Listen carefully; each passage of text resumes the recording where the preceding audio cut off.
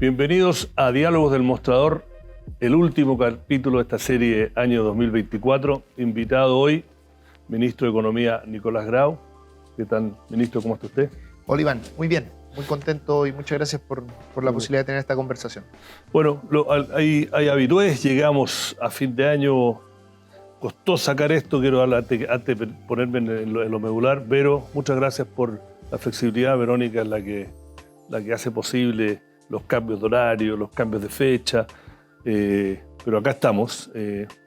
Price siempre nos apoya con esto, también tenemos el apoyo de Enel, de la CAP, de BYD, de la CAF, y este ciclo que lleva 9 años de conversaciones, que son un ciclo de 6, y que la idea, el diálogo es eso, creemos en conversar y tender puentes y salir de la pelea y la contingencia diaria. Así que gracias. El hilo conductor, la narrativa de este año ha sido los desafíos institucionales, y este año los que han estado en los 5 previos hablamos de la institucionalidad política, la institucionalidad económica, la institucionalidad regulatoria, etc. Y hoy vamos a hablar de la institucionalidad, pero una mirada de algo que se ha hablado bastante este año, que es cuál debe ser el nuevo modelo, cómo debe ser la asociación público-privada. El ministro lleva 3 años acá, como ministro, y yo preparándome para esta conversación y hablando con su equipo, hay como un nuevo espíritu. Y la primera pregunta yo quería arrancar: ¿cómo ha cambiado su visión de cuál debe ser la relación entre el Estado y los privados desde que usted llegó al gobierno hace 3 años y la visión que tiene ahora? Y si hay cosas que se arrepiente, si hay cosas que le sorprendieron para mal, para bien, y después hablamos de lo que se viene para el futuro. A ver, yo diría que en lo más sustantivo, es decir, en la tesis de que para emprender los cambios que se requieren en materia productiva es esencial una alianza público-privada, yo diría que eso está desde el inicio del gobierno. Y por lo menos en mi visión, mucho antes de eso, por supuesto, porque uno va madurando y trabajando estas ideas antes de participar en un gobierno. Ahora, esa es una tesis o es una frase muy general todavía, y la forma concreta en la que esto se realiza, y además la dificultad de que una alianza de esa naturaleza ocurra de manera eficiente, es lo que se ha enriquecido mucho, yo diría, en mi trabajo en el Ministerio. Ahora creo que tengo más claro cómo tiene que ocurrir esa estrategia o esa alianza. Ahora, déjame decir 2 cosas de esto. Primero, yo creo que muchas personas todavía no aquilatan la profundidad y la dificultad de la tarea en la que estamos, no solo como país, sino como planeta. Estamos por primera vez en nuestra historia haciendo un esfuerzo por cambiar las tecnologías, los sectores productivos, con el fin de poder crecer al mismo tiempo que desacoplamos ese crecimiento del impacto ambiental, y en particular del impacto en materia de crisis climática. Hasta ahora la humanidad en los últimos 200 años ha crecido mucho, ha renovado sus tecnologías, ha innovado como nunca, pero todo ese aumento de innovación, de tecnologías, de productividad ha ido aparejado de contaminar más. Y el desafío que tenemos es que hay que mantener ese tranco, hay que seguir innovando, seguir aumentando la productividad, seguir aumentando el crecimiento de la economía, al mismo tiempo que tenemos un impacto cada vez menor en el medio ambiente. Esa tarea, que nunca hemos logrado algo así, de esa naturaleza, insisto, es una tarea de máxima complejidad y requiere un nivel de articulación entre el sector público y el sector privado como nunca hemos tenido. Mi impresión es que la dificultad de la tarea, insisto, y la profundidad de la tarea es algo que, y ahí tengo solo una diferencia con lo que dijiste, creo que no se ha debatido suficiente. Yo lo he planteado en algunos espacios de conversación en el sector privado, creo que el sector privado no ha hablado de esto suficiente. No hay ninguna propuesta, por ejemplo, de gremios, de los centros de pensamiento, que digan cómo tiene que ser qué tipo de Estado se requiere para que esto funcione.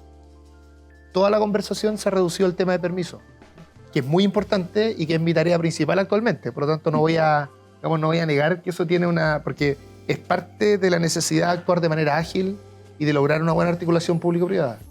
Pero esto va mucho más allá. El Estado y el sector privado tienen que ser partners para lograr ciertos objetivos.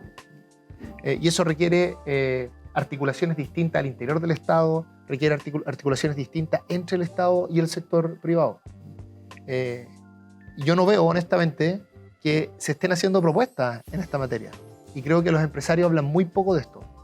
Y sin embargo, cuando tenemos reuniones con los empresarios en el día a día, en las audiencias de lobby que a mí me toca tener, sí hablamos mucho de esto.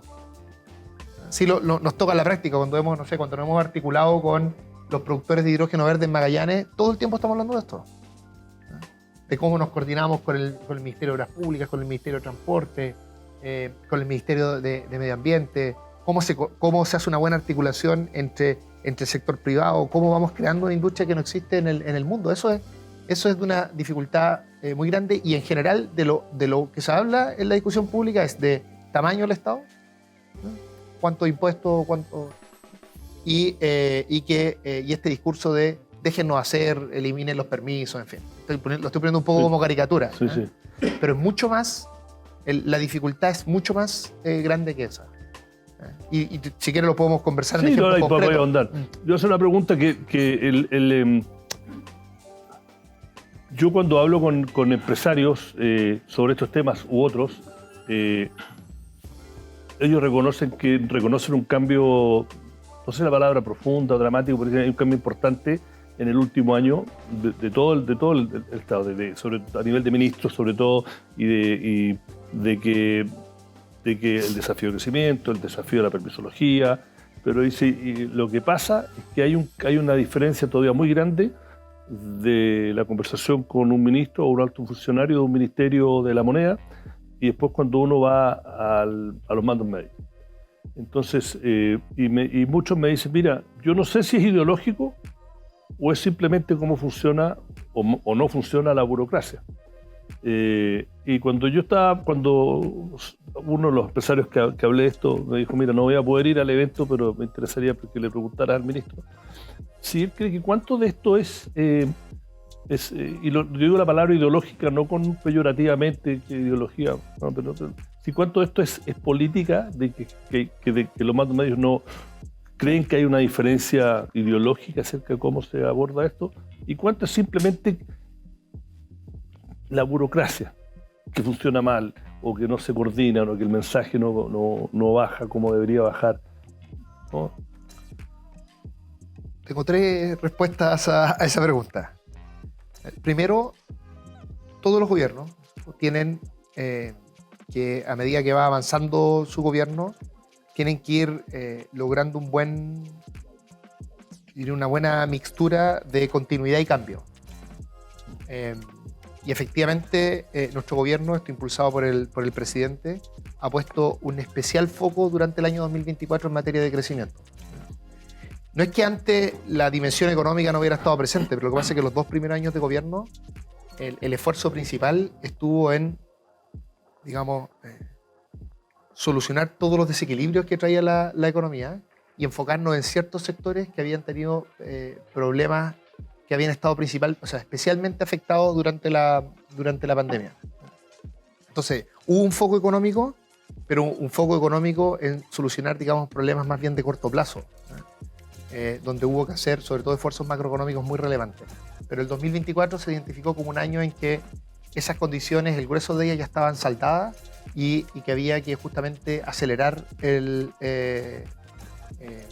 crecimiento y se hicieron una serie de esfuerzos desde que junto con el presidente recorrimos el país identificando proyectos que estaban cerca de poder materializarse porque ya tenían su resolución ambiental, le faltaban solo los permisos sectoriales, y íbamos región por región identificando esos proyectos. Tenemos 225 proyectos por 70.000 millones de dólares y tenemos una estrategia de gestión en que vamos apurando a cada uno de los ministerios en este tema para que se pueda avanzar. Ahora, solo para ilustrar que la preocupación por el crecimiento y en particular la preocupación por la reforma de los permisos, que es uno de los ejemplos más claros de la preocupación que el gobierno ha tenido en esta materia, solo para ilustrar que eso no tiene un año, me gustaría de manera bien breve describir la cronología de la construcción del proyecto de ley. Este es un proyecto de ley que no estaba en nuestro programa, pero nosotros más o menos a los 6 meses de gobierno decidimos hacer este proyecto de ley. trabajamos un diseño inicial a finales del 2022. Todo el 2023 hicimos un trabajo que es sumamente complejo y que probablemente es la razón por la que nunca los gobiernos anteriores se dispusieron a hacer una cosa de esta naturaleza, y es que tuvimos que hacer un acuerdo con 40 servicios sectoriales, que son los que dan las 400 autorizaciones más relevantes de permisos sectoriales, para desarrollar el sistema con ellos. Porque el Ministerio de Economía no es experto en salud, no es experto en materias de minería, tiene que conversar con ellos para hacer un buen diseño. Y entonces a final del año, o a comienzos de este año, final del año pasado, presentamos el proyecto de ley. Y hemos estado todo este año construyendo. Entonces, claro, en la prensa empezó a aparecer el tema de permiso con más fuerza a propósito de estos proyectos de ley y otras cosas este año. Pero nosotros decidimos a mitad del año 2022, el 3/4 del año 2022, llevar a cabo esta tarea. Lo segundo que diría es que el problema de permisos en Chile, en particular, como un tema específico, es algo que lleva mucho tiempo y que solo ha ido acumulándose como problema. Yo esto muchas veces lo trato de ilustrar haciendo un chiste. Digo, en la actualidad se dice, por ejemplo, que un proyecto minero toma 10 años, ¿cierto?, en poder realizarse. Nosotros llevamos, no sé, 2 años y medio, 3 años como gobierno. O sea, hay un principio físico básico que 10 años no pueden ocurrir en 3 años. Y todos estos tiempos que en general se toman en consideración son tiempos que han ocurrido durante los últimos 10, 15 años. Es decir, muchas veces se nos achaca a nosotros como que hubiéramos inventado este problema. Y yo creo que la verdad es que nosotros somos los que estamos por primera vez tratando de solucionar este problema. La reforma de permisos sectoriales, en particular, que a mí me toca abordar, no tiene parangón en los intentos anteriores o en los esfuerzos anteriores, todos ellos válidos. Yo creo que todos los gobiernos han tratado de abordar este problema, pero en general lo han tratado de abordar desde una lógica de gestión.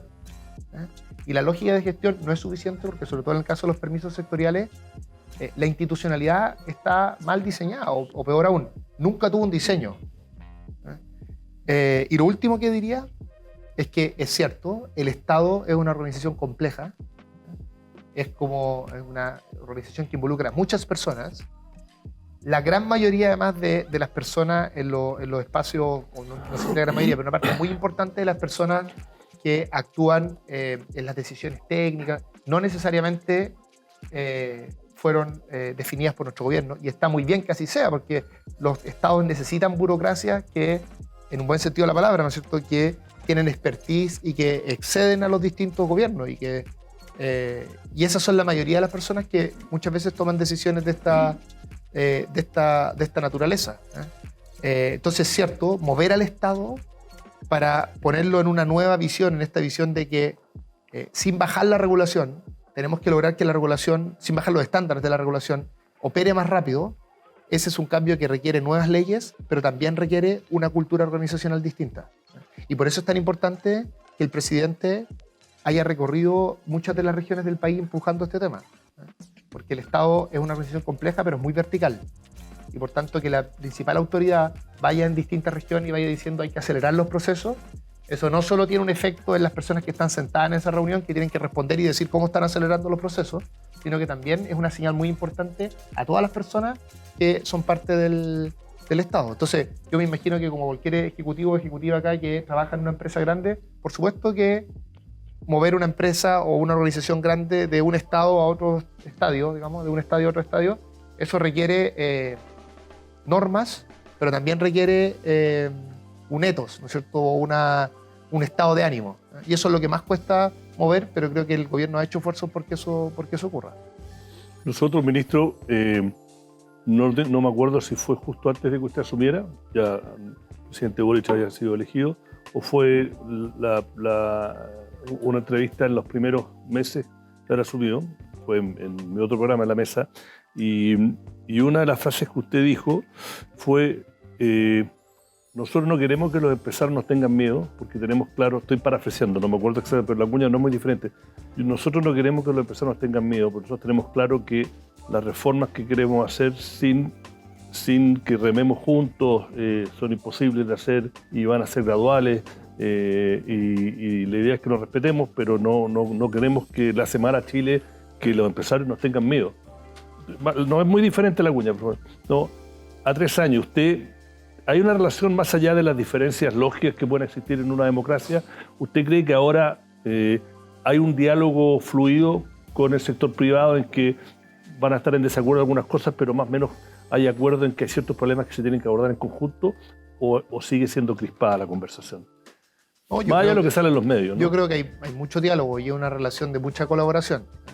Pero creo, como comenté en mi primera respuesta, que todavía esa colaboración tiene que profundizarse.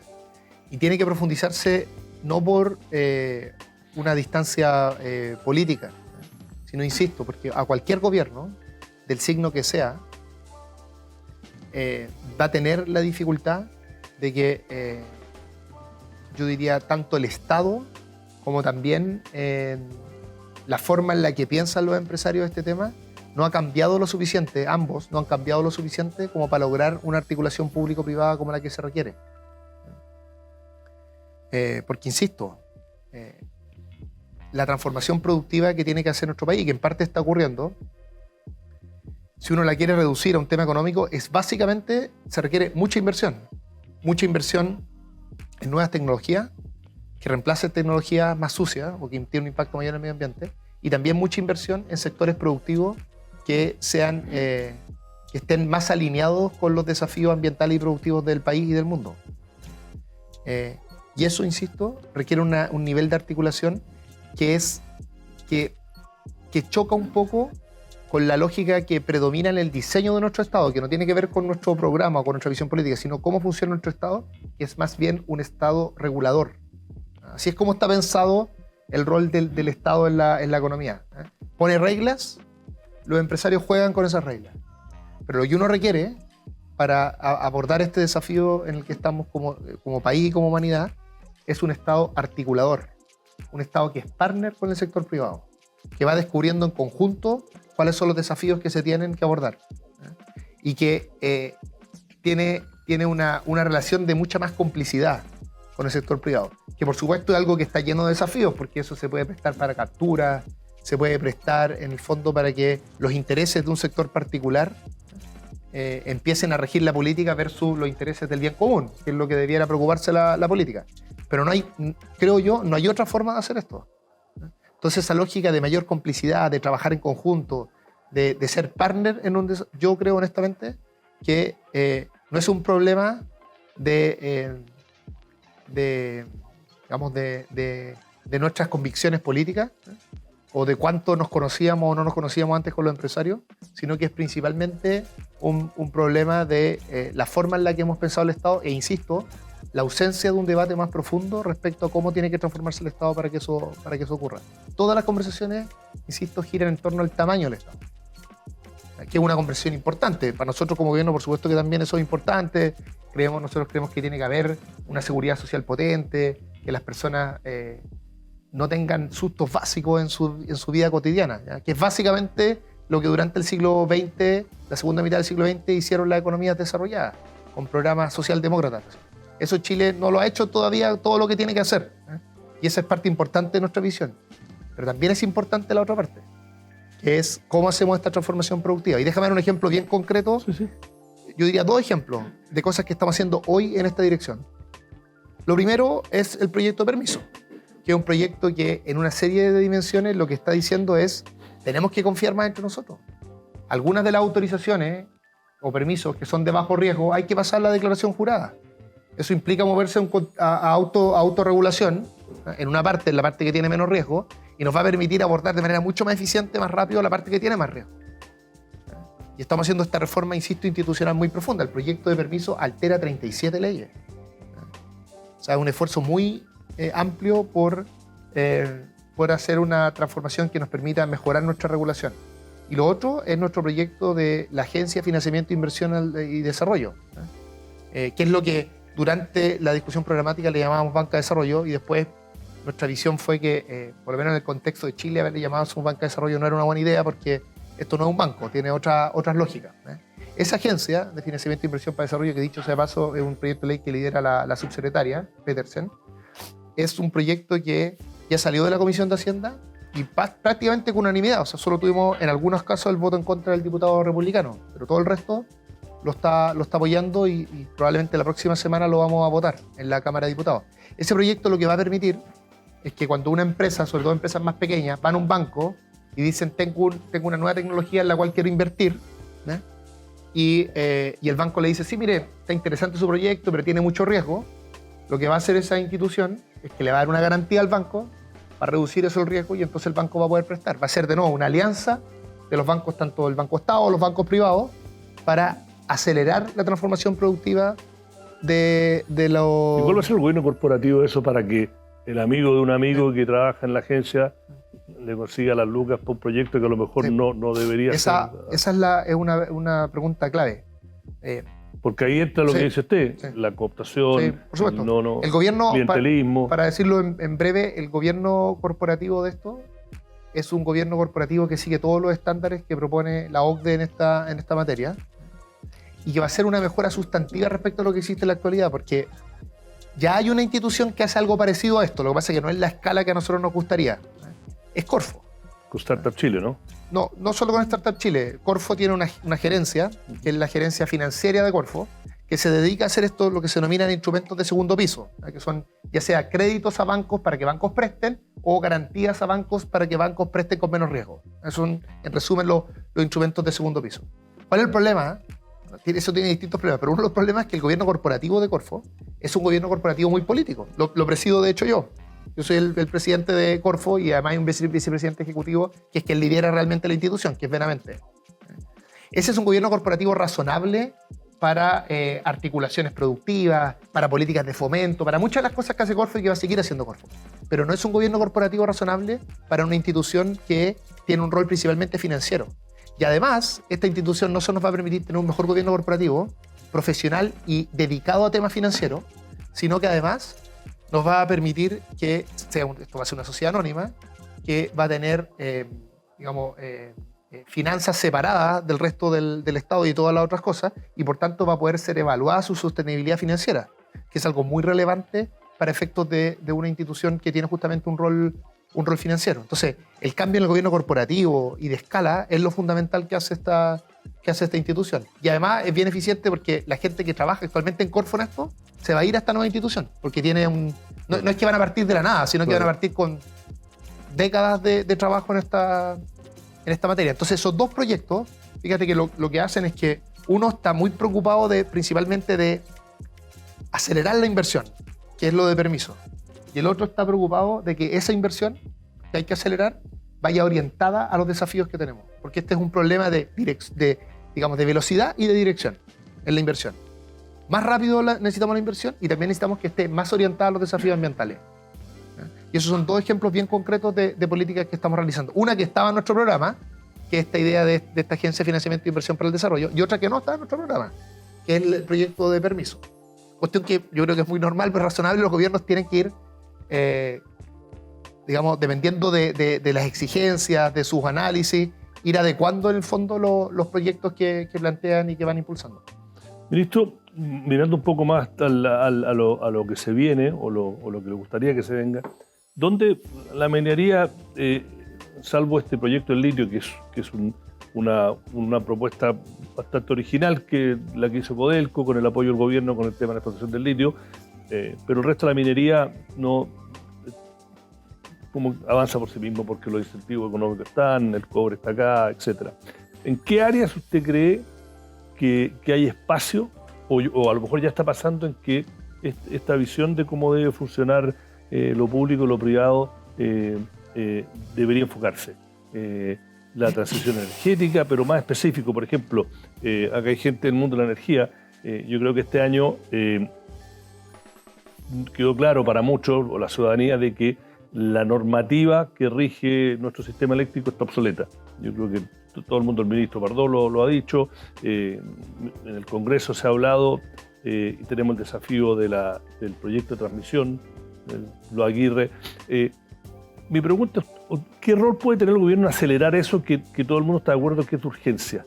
Hay cosas que se pueden hacer, como por ejemplo, uno me decía, oye, ¿por qué el gobierno no crea como un equipo de fuerzas especiales de los diferentes ministerios y que cuando, por ejemplo, ven una cosa como, uso el proyecto de Aguirre porque tan emblemático porque tenemos energía que se genera a costo cero arriba y no lo podemos mandarla, y que se dedique específicamente a cortar los plazos, tratar de dar la...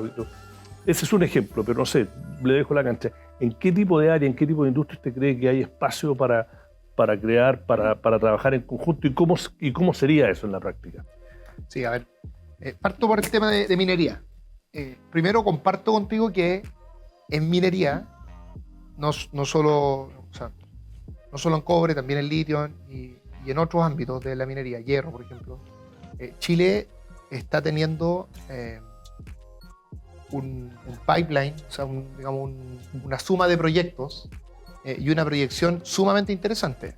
Hace algunos días con la ministra Williams presentamos la cartera de inversiones que identifica Cochilco para los próximos 10 años en Chile, y es de 83.000 millones de dólares, que es la más alta en los últimos 10 años. O sea, en el fondo, nuestra economía se está aproximando a un ciclo similar al que tuvimos por el alto precio del cobre en torno al 2010. Y que hay, eso daba otra conversación mucho más larga,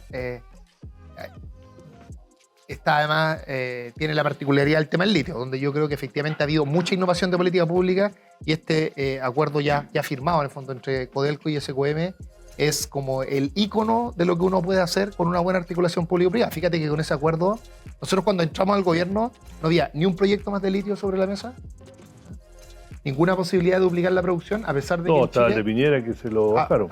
Había uno. O sea, hubo unas licitaciones, pero que se rechazaron en la Corte. Nosotros no tenemos nada que ver con eso. Hubo unas licitaciones y la Corte dijo que esas licitaciones no estaban bien hechas. Y entonces lo retrotrayó en el fondo. Pero más allá de eso, no había una estrategia, no había un diseño. Cuando salgamos nosotros del gobierno, en materia de litio, se va a haber concretado el acuerdo más importante probablemente en la historia de nuestro país de articulación público-privada entre Codelco y SQM. Vamos a ver, no solo va a estar ese proyecto, va a haber un proyecto más en Maricunga, un proyecto más en Alto Andinos que lo lidera Enami, y además van a haber proyectos liderados por privados en otros salares. Todo eso nos va a permitir más que duplicar la producción de aquí a 10 años en litio. Y además hacemos todo esto al mismo tiempo que estamos diciendo que vamos a pasar las áreas de conservación de los salares de más o menos un 7% a algo más del 30%. Es decir, como estamos haciendo un esfuerzo sistémico, al mismo tiempo que estamos aumentando de manera muy sustantiva la producción, estamos haciendo el esfuerzo de conservación más grande que ha habido también en la materia. Esa es la gracia de hacer una política, no solo manejar proyectos cada uno de ellos por separado. Y además, estamos diciendo a todas esas empresas, muy en línea con lo que conversábamos al principio, mire, hay que duplicar la producción, pero tienes que cambiar las tecnologías, porque la forma de extracción basada en evaporación le da hace una exigencia muy grande a los salarios. Entonces para aumentar la producción y disminuir el impacto ambiental necesitamos cambiar la tecnología. Y uno ve los esfuerzos que están haciendo todas las empresas con las que nos juntamos nosotros para justamente abordar esas nuevas tecnologías. Ahora, yendo a la pregunta de cómo uno puede acelerar ciertos sectores. A ver, si el tema y también donde veo oportunidades para... Sí, si el tema es hacer una especie de fuerza de tarea, bueno, eso nosotros es exactamente lo que ya estamos haciendo. Este gabinete de crecimiento de empleo que tiene su expresión en cada una de las regiones es eso. Tiene una fuerza de tarea para proyectos públicos, que lo coordina más el equipo de la DSI, de SECPREI y Presidencia, y tiene una parte de proyectos privados que lo coordinamos nosotros desde el Ministerio de Economía. Y lo que nosotros tenemos es un mapa de 225 proyectos. En cada uno de ellos tenemos gestiones que hay que realizar para que se materialicen los permisos sectoriales. Y yo más o menos una vez a la semana mando mensajes a distintos ministerios con un Excel que dice cuáles son las gestiones pendientes que tiene cada uno. Entonces tenemos una fuerza de tarea que hace esto. Ahora, esto no es suficiente porque el diseño o la falta de diseño de los permisos sectoriales hay que abordarlo con un cambio legal. Y por eso que nosotros estamos, al mismo tiempo que estamos haciendo esta tarea de gestión, esta fuerza de tarea, estamos haciendo una reforma. Ahora, los sectores, yo creo que el sector energético es el sector que probablemente del cual hay más que aprender respecto a lo que ya se ha hecho, porque creo que lo que se hizo sobre todo con más fuerza desde el segundo gobierno de la presidenta Bachelet, lo lideraba Pacheco en su minuto, y lo que está haciendo ahora el ministro Pardo, yo diría son muy buenos ejemplos. de lo que uno debe realizar. Allí lo que sucedió en su minuto inicialmente es que se hicieron cambios de contrato, de diseño de contrato y una serie de cosas que permitiera que el sector renovable no convencional entrara con mucha más fuerza. Claro. En un contexto en que se pensaba que sus precios iban a ser muy altos y había mucha incertidumbre, pero esa apuesta funcionó bien y Chile lideró una transición energética. Y el ministro Pardo, ¿qué es lo que vio? Que muy en línea con lo que tú dices, bueno, hicimos una gran inversión, estamos produciendo energía verde en el norte, pero el problema que estamos teniendo es que hay vertimiento de esa energía. Y eso ocurre por dos razones, principalmente. Una, porque las carreteras para meter esta energía, que son las líneas de transmisión, están digamos, no se hicieron las inversiones al mismo ritmo en carreteras que en generación. Y el equipo del ministro Pardo y nosotros estamos haciendo todo lo posible para apoyar a Guimar Aguirre para que avance rápido. Y eso es pura gestión, básicamente. Y por otro lado, hay un tema de que nuestro país, salvo digamos Isla de Pascua y a veces Magallanes, tiene el mismo uso horario, y eso implica que si la energía se consume con más fuerza, no sé, a las 8 de la tarde, el problema es que la producimos antes. Entonces lo que necesitamos es almacenamiento. Y la política de almacenamiento yo creo que ha sido muy exitosa. Fíjate que cuando Pardo ingresó su proyecto de ley, él se puso como meta 2 gigas, de aquí al 2026 creo que era su meta. Esa meta se va a cumplir durante el 2025. Ya están todos los proyectos de almacenamiento a gran escala que se necesitan para pasar los 2 gigas. Eso no es solo por la política, también hubo cambios de precio de las baterías, ha habido muchas cosas, hay muchas cosas que están ocurriendo, pero siempre pasa así. Sí. También pasó con el éxito de los paneles. Claro. ¿No? O sea, hubo una apuesta de política pública y eso calzó con un desarrollo tecnológico. Entonces, yo creo que estas cosas se están haciendo, todavía creo que las tenemos que hacer a una escala mucho mayor. Mucho mayor. O sea, nosotros necesitamos avanzar con los proyectos de almacenamiento a gran escala. Tanto los de corta duración, que son principalmente baterías, como los que tienen otras tecnologías que permiten, o sea, almacenar toda la noche. Son dos tecnologías un poco distintas. Claro. Las dos son muy relevantes para poder sacarle todo el provecho a la energía verde y de bajo costo que podemos producir en nuestro país. ¿Y qué otros sectores usted ve potencial para alianzas público-privadas que sean win-win? A ver, más allá de los que se dicen normalmente, que son litio y hidrógeno verde, déjame centrarme en otro, del cual se habla un poco menos, pero que nosotros también estamos haciendo un esfuerzo relevante y que también en parte hay una continuidad con una estrategia que yo diría en Chile partió hace unos 10 años. Todo lo que tiene que ver con economía digital y en particular data center. Esta es una política que, para darle un mayor impulso, el presidente en algún momento, y yo creo que fue un acierto bueno, uno siempre tiene que decir que son aciertos de decisión del presidente, pero esta creo que fue un especial acierto designar a la ministra Aysén Echeverry, la ministra de Ciencia, y ella está encargada del Plan Nacional de Data Center que se lanzó hace una semana, algo así, que tiene un conjunto de medidas, si recuerdo bien, 9 medidas que buscan acelerar esta industria. Esta industria, primero, yo diría que se sostiene en al menos 2 pilares que son ventajas comparativas de nuestra economía, que las construimos, no estaban dadas. Una, energías verdes a bajo costo, que es muy importante el componente energético para los data centers. Y lo segundo, nuestra infraestructura digital, que es muy buena en Chile, la infraestructura digital para nuestro nivel de desarrollo, incluso comparado con países desarrollados. Y la industria de data center, si se instala en nuestro país con fuerza, que ya eso es algo que ya está ocurriendo, nos va a permitir además tener un impacto muy importante, sobre todo a través de servicios en abaratar costos de empresas de menor tamaño. Porque le entregan servicios de contabilidad, de gestión, hasta de ayudar en su logística. Está Price aquí, que es muy... no, pero todas las empresas para bajar los precios. Se tienen que adaptar. Para bajar los precios. Siempre es una oportunidad aquello.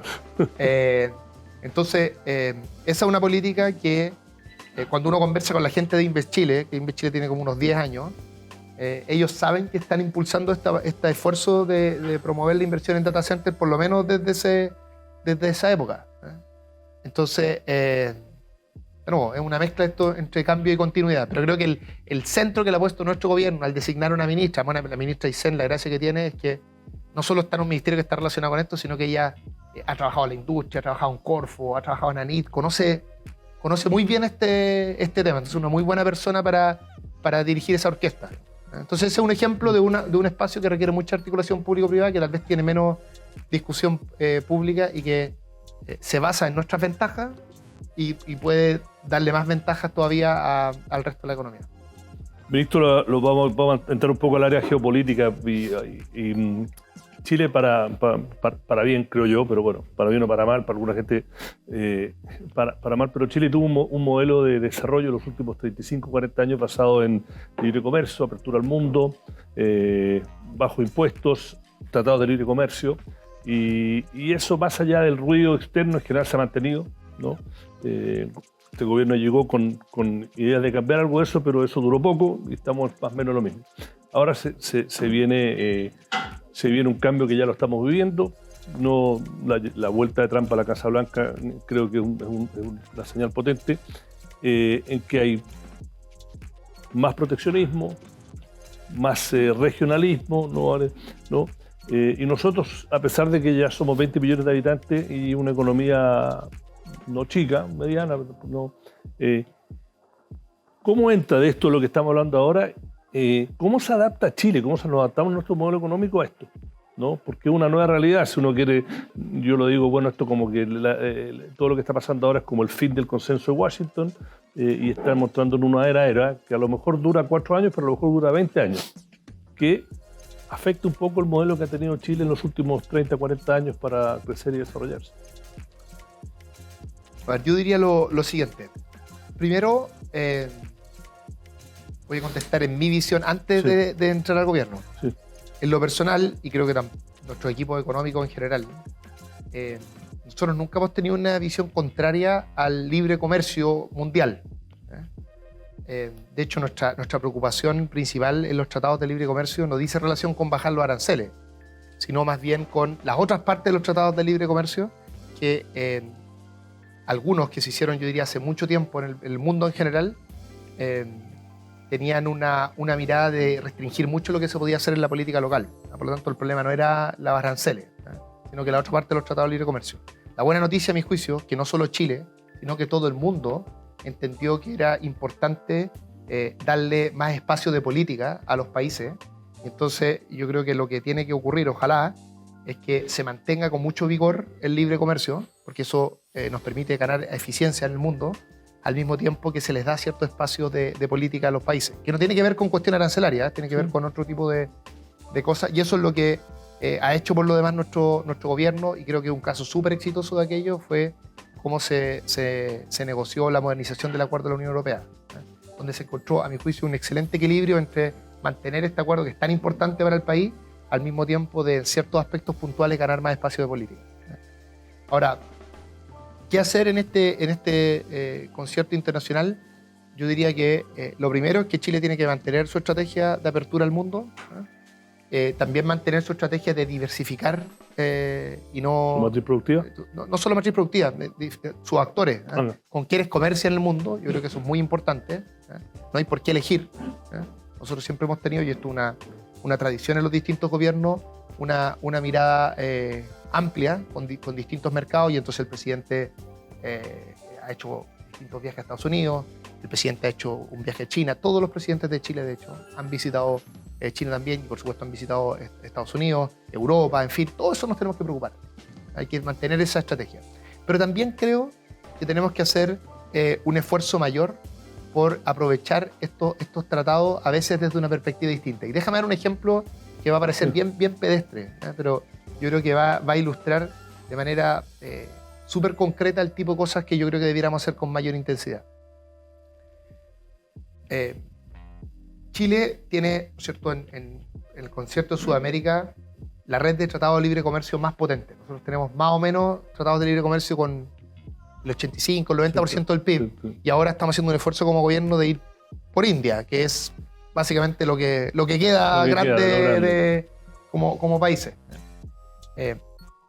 Entonces, nosotros, perfectamente, podríamos ser una plataforma para que otros países de la región que no tienen esa red de tratados de libre comercio puedan exportar a través de nuestro país y a través de eso también tener mayor valor agregado. Un ejemplo concreto.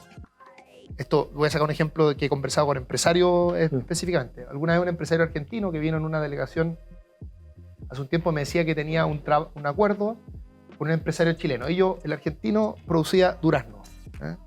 Entonces él decía, mira, lo que tenemos que hacer es que en Chile lleguen estos duraznos y aquí se metan esos duraznos en conserva.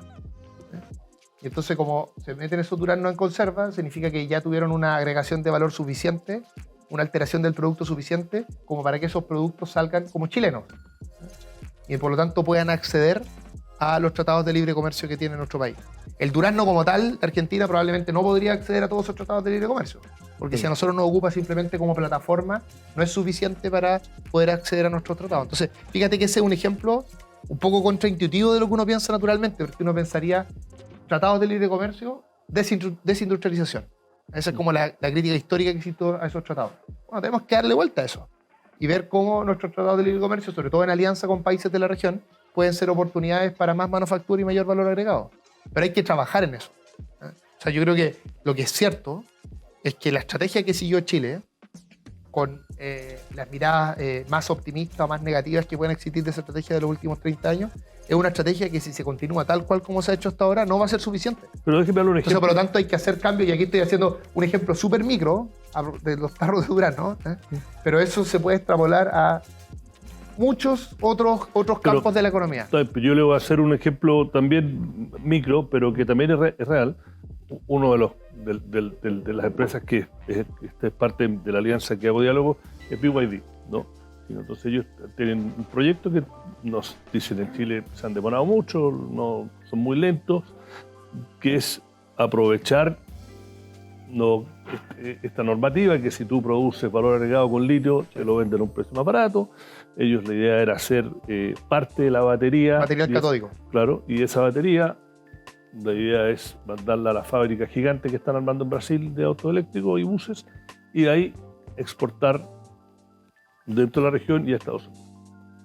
Y esto no estoy revelando ninguna confidencia, pero en un momento gente de BYD decía, ¿qué va a pasar con Trump en la Casa Blanca y esta nueva política de cómo consideran esa, porque es inversión china, pero con litio chileno y con un producto que se va a fabricar en Chile, o una parte del producto, y que después se va a ir a Brasil, para poder entrar a Estados Unidos o no? ¿Va a Estados Unidos a respetar ese tratado de libre comercio? Por ejemplo, los duraznos, ¿no? Y la lectura de ellos, sin haber hecho, era que ellos apostaban que creían que no. Que Estados Unidos decía, no, a pesar de que se hizo en Chile con litio chileno, esto es una empresa china con capitales chinos y no se puede entrar. ¿Cómo uno mete ese desafío? Porque uno puede decir, oye, porque acá hay un montón de inversión china.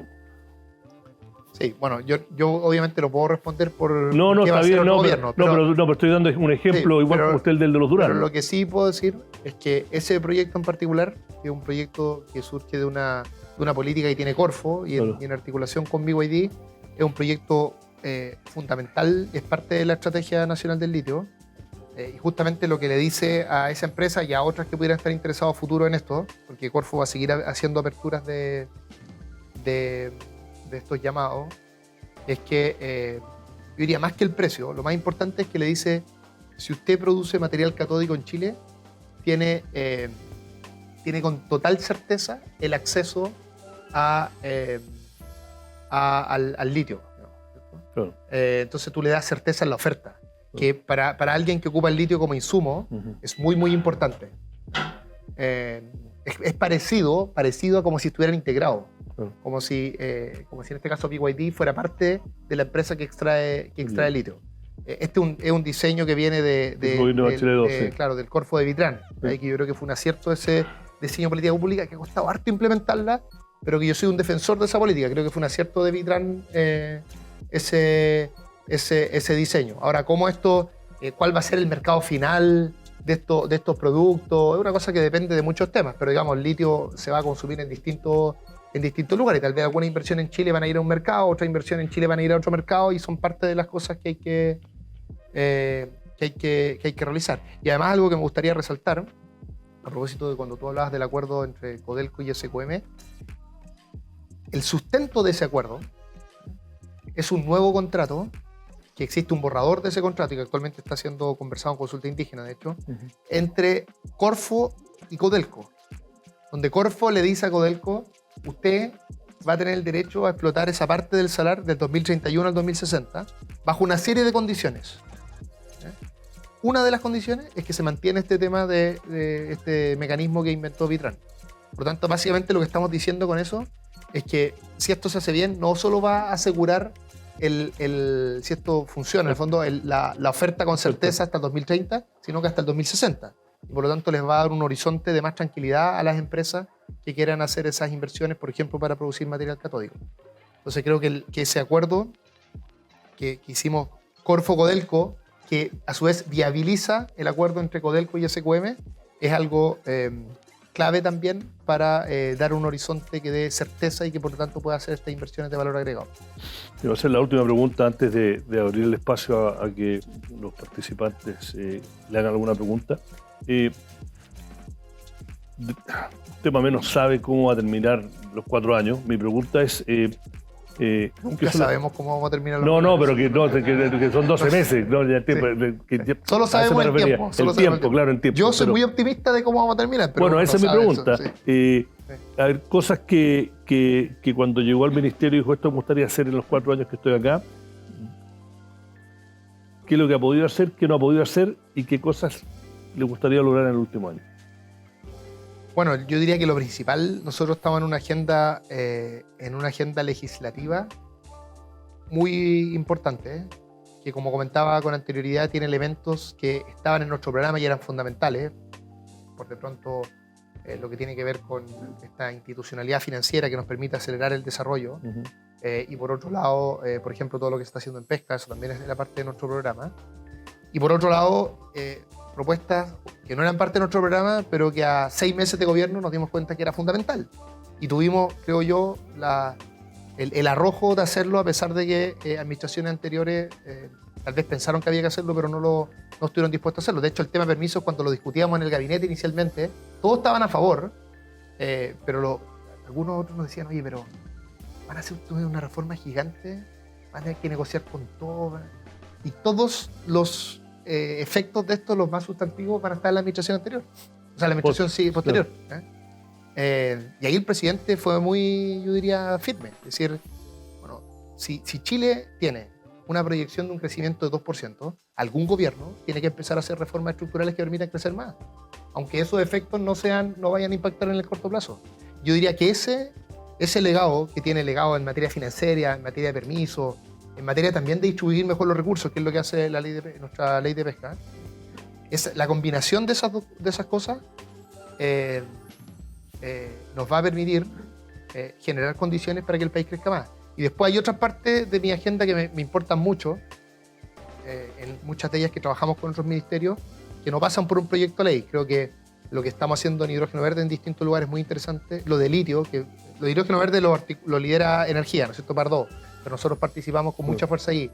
Lo que está liderando la ministra Williams en litio también, creo que la innovación que se está haciendo en ese caso y el legado que vamos a hacer en este sector estratégico y de probar en la práctica la articulación público-privada, yo creo que es súper potente. Y lo que estamos haciendo en BioBio, yo también ahí le pongo mucho entusiasmo. En BioBio hay algo de lo cual se habla poco, pero en BioBio nosotros tenemos un espacio. Primero tenemos un plan.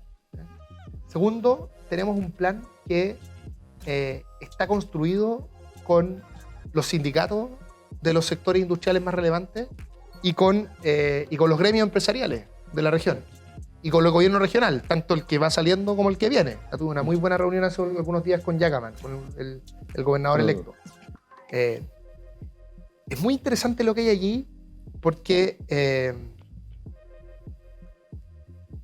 tenemos un diálogo social en materia productiva, que a mí por lo menos me entusiasma mucho, digamos, en mis dos almas, en mi alma más política y en mi alma, llamémosle, productivista o de crecer, que son las dos cosas que conviven en mi interior como ministro de Economía, que siempre he tenido las dos. Porque, ¿qué es lo que yo veo ahí? Veo que este es un plan que partió porque se nos acercaron 35 organizaciones sindicales del BioBio que cubrían todos los sectores productivos relevantes y nos dijeron por un documento: nosotros queremos discutir una estrategia de desarrollo de la región.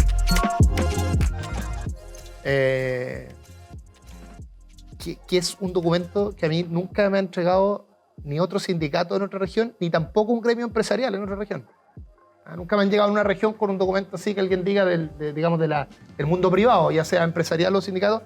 Tenemos estas ideas para la región y queremos discutirlas con ustedes para hacer un plan regional. Y estoy convencido que ese diálogo que hay ahí, es decir, ese diálogo entre los sindicatos y los empresarios principalmente, donde nosotros somos articuladores y participamos en ese espacio, es un diálogo que le va a permitir al Biobío hacer proyectos difíciles, hacer proyectos que podrían tener más resistencia. Porque ese diálogo social construye consensos que son complejos. El otro día, y con esto termino este punto, en la última reunión que tuvimos, tenemos reunión como cada 2 semanas, los sindicatos, los líderes sindicales que participan en el espacio que es la Secretaría Ejecutiva, nos decían una cuestión súper interesante. Nos decían, mira, nos empezamos a juntar con las organizaciones ambientales del Biobío. Una conversación difícil porque hay una serie de proyectos en el Biobío que generan cierta tensión. Y ellos, los mismos sindicatos, empiezan a resolver problemas que en otros espacios de la política pública no se pueden resolver. Y ningún sistema de evaluación ambiental, ningún sistema de servicio sectorial va a funcionar bien si mucha gente de un lugar no quiere que ocurra un proyecto. La institucionalidad no puede hacer milagros. Entonces, creo que se están produciendo en Biobío en particular una forma de diálogo social productivo que yo creo que va a ser muy ejemplificadora, muy paradigmática respecto a lo que debiéramos hacer en general en el país. Y es un diálogo social que a veces a los empresarios no les gusta, ¿no? Los pone nerviosos, una mesa con los sindicatos al frente, en fin, porque además les da una lógica a los sindicatos distinta. Porque no es la lógica del sindicato de discutir los salarios al interior de la empresa, es la lógica del sindicato discutiendo cuál es la estrategia de desarrollo, ¿no? Entonces, por eso les digo, yo estoy convencido que ese plan que estamos haciendo en Biobío va a permitir que Biobío revierta esta tendencia a la baja industrial que ha tenido, no sé, las últimas 3 décadas, y lo vamos a revertir con un diálogo que no solo que yo creo que puede cambiar lo productivo, sino que también puede cambiar nuestra forma de entender la democracia. Por eso junta 2 cosas que para mí son muy importantes. Yo creo que nuestro país tiene que ser mucho más democrático, tener mucho más diálogo social, y al mismo tiempo tiene que crecer más, tiene que lograr destrabar las dificultades que tiene. Ahí está CAF aquí presente. Una de las cosas que es muy importante, por ejemplo, es impulsar esta idea de distrito de innovación en Biobío. Que los sindicatos están de acuerdo, los empresarios están de acuerdo. El cierre de Huachipato es una cosa que, por supuesto, un bajón anímico, no solo tiene un impacto económico, pero cuando uno ve la experiencia de otros países, hay otros países que han podido salir bien parados de este tipo de cosas. Y uno de los aspectos fundamentales para salir bien parados de estas cosas es también lo territorial, que haya como un nuevo espacio que genere entusiasmo. Y yo estoy convencido que el Distrito de Innovación puede ser como el catalizador de esa esperanza, más allá de que hay muchas otras cosas que tienen que ocurrir. Estamos apurados con el tiempo, no me di cuenta porque estaba entretenido, pero siempre dejo un espacio cortito, el ministro se tiene que ir y nosotros también a las 10. Si alguien tiene alguna pregunta, siempre hay espacio para alguna pregunta que le quiera hacer al ministro. Soy Eugenio Rairé de CAF. Primero te agradezco, Iván, por todo el año que tuvimos junto a ti y junto al diario, y esperamos seguir el próximo año también en este lindo programa. Ministro, ayer estuvimos en CAF con el gobernador saliente del Biobío, que nos contó este plan esta estrategia regional de industrialización, y en la cual nosotros nos comprometimos obviamente a aportar, porque creemos que son las cosas que tienen que hacer los bancos multilaterales en conjunto con los gobiernos regionales y con el gobierno nacional. Pero una de las cosas que nosotros analizamos ayer fue el bajo impacto de la inversión directa que hace el Estado Nacional en los temas productivos industriales. Nos hablaba que del total de la inversión que tenía la región, por parte de los recursos del fisco, solo un 4% del total llegaba efectivamente a la región en sí mismo, a los productores, a los pequeños empresarios, etcétera, etcétera. Y con este fondo que ellos tienen, que crearon a través de la Corporación de Desarrollo Regional del Biobío, que es este experimento de, por un lado, la academia, los empresarios, los sindicatos, el gobierno regional, ellos solo destinaban un 10% del FNDR que tienen a disposición, pero eso significaba casi un 25% de la inversión total que se hacía ahí. Entonces, lo que quiero decir es que hay un gap entre el Estado Nacional, ese proceso de regionalización, y que esto llegue directamente a las pymes. Entonces, ¿cómo lo ve usted? Cuando yo les comentaba en otra parte de la entrevista, o sea, primero, me parece excelente que la CAF se meta en esto. muy buena noticia porque efectivamente harán la experiencia que tiene la CAF en otros lugares de nuestra región, de nuestro continente. Creo que nos puede ayudar mucho a cómo trabajar esta estrategia. Cuando en otra parte de la entrevista comentaba que hay que trabajar más, dialogar más y pensar mejor cómo tiene que ser la relación entre el Estado y el sector productivo, creo que un ejemplo paradigmático de eso es la inversión pública. La inversión pública que hace el Estado es gigante. Nosotros hemos hecho unas cosas que hemos hecho durante el año 2024 para tratar de acelerar el crecimiento es la inversión pública. La inversión pública, el último dato que yo vi, había habido un aumento como de 30% respecto al 2023. Y aquí el MOP, la ministra López, la que ha liderado ese proceso. Pero algo que falta a mi juicio, y que es principalmente un problema de coordinación al interior del Estado y también dentro del Estado y el sector público, es que se conversa poco, creo yo, cuál es el impacto que tienen las inversiones públicas en el desarrollo productivo o en las potencialidades productivas. Hay inversiones públicas que pueden reducir incertidumbre para proyectos de inversión. Hay inversiones públicas que pueden, en el fondo, reducir costos, mejorar la logística, una serie de... Y esa conversación, cómo la inversión pública la hacemos, por ejemplo, para fortalecer las oportunidades industriales en el Biobío, es una conversación que se hace poco en nuestro país y que cuesta mucho porque toda esta cosa la llevan ministerios que tradicionalmente no han conversado entre sí. Cuando nosotros partimos el plan de Biobío, lo primero que hicimos, y ahí le agradezco mucho a la ministra López, fuimos con la ministra López, con la ministra Almos, cuando lanzamos este plan, y tuvimos un diálogo con los privados allí y conversamos, bueno, ¿cuáles son los grandes proyectos de inversión que se requieren para que, como condiciones habilitantes para el desarrollo industrial de la región? Esa conversación la debiéramos hacer mucho más. El problema en la actualidad es que eso depende solo de el entusiasmo o de la perspectiva que tengan algunos ministros o ministras respecto a este tema. Cuando yo les digo que hay que pensar mejor cómo articular el Estado con el sector privado y cómo cambiar y cómo transformar el Estado para esto, nos debiéramos hacer una pregunta más institucional. ¿Cómo tendrían que estar relacionados el Ministerio de Economía con el Ministerio de Obras Públicas para que de forma natural se dé una conversación en que la inversión pública considera con más fuerza, con más relevancia, las oportunidades que genera el sector productivo? Una cosa, por ejemplo, que está haciendo el ministro Montes, que me parece muy interesante. Al mismo tiempo que se está avanzando en la política habitacional, uno de los objetivos fundamentales del gobierno, se está creando una industria, o sea, de producción industrial de casa. Y claro, el ministro Montes, economista, le pone entusiasmo a esto, por lo tanto tiene esa perspectiva. Pero esto debiera ocurrir mucho más. Y no debiera depender de que el ministro Montes tiene entusiasmo en esto, sino que debiera haber una mejor articulación institucional entre el Ministerio de Economía y el Ministerio de Vivienda para que estas cosas ocurran. Bueno, la forma en que está diseñado nuestro Estado está todo hecho para que eso no pase. Y si algo pasa, y yo creo que efectivamente algo ha pasado durante este último tiempo, es porque hay algún ministro o alguna ministra que le pone mucho entusiasmo a esto. Entonces, tenemos que pensar mejor, insisto, cómo ocurren estas conversaciones en el Estado y después cómo ocurren esas conversaciones entre el Estado y el sector privado.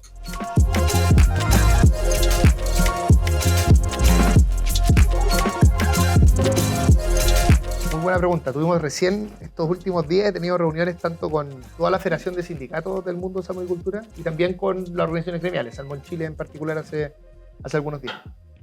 Mira, yo diría lo siguiente. Primero, esta es una industria muy importante en nuestro país, tú lo decías. Segundo, el monto, el volumen de exportación, el valor de exportación.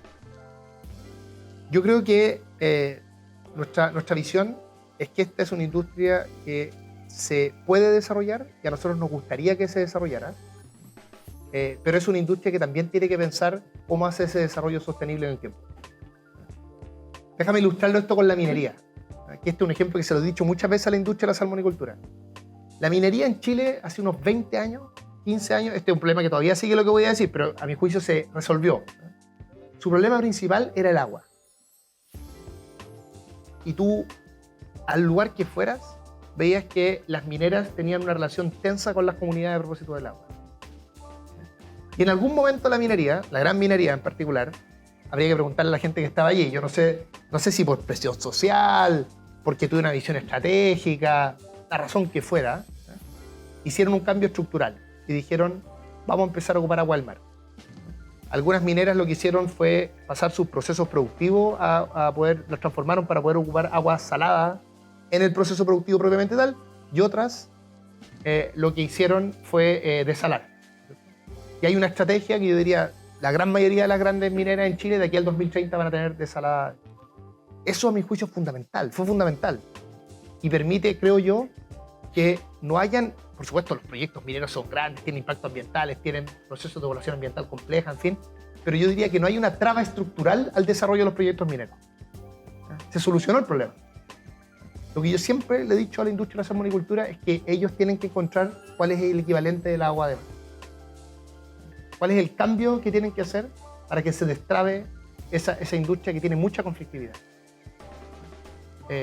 Yo tiendo a pensar que eso tiene que ver con la relocalización de ciertos lugares, no de todos, porque eso sería imposible, pero una estrategia que permita que en algunos lugares que están, que son lugares de especial protección, tengamos una estrategia para poder moverlos de allí a otro lugar que sea razonable en términos productivos y que les destrabe este problema.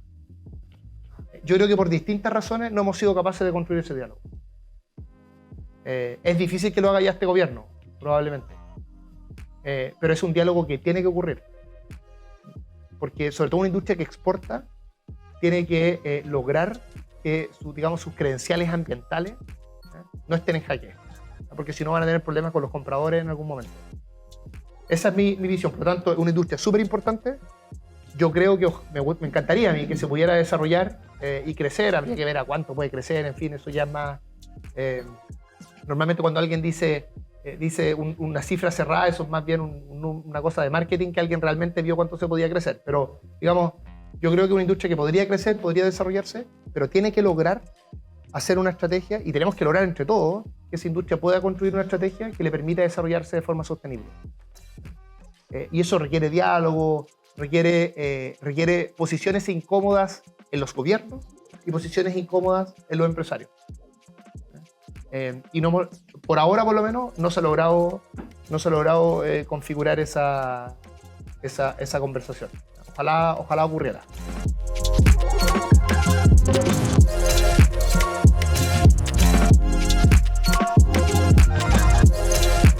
Gracias. Yo en 20 años, claro, voy a estar jubilado, lo advierto. Ustedes sigan conversando.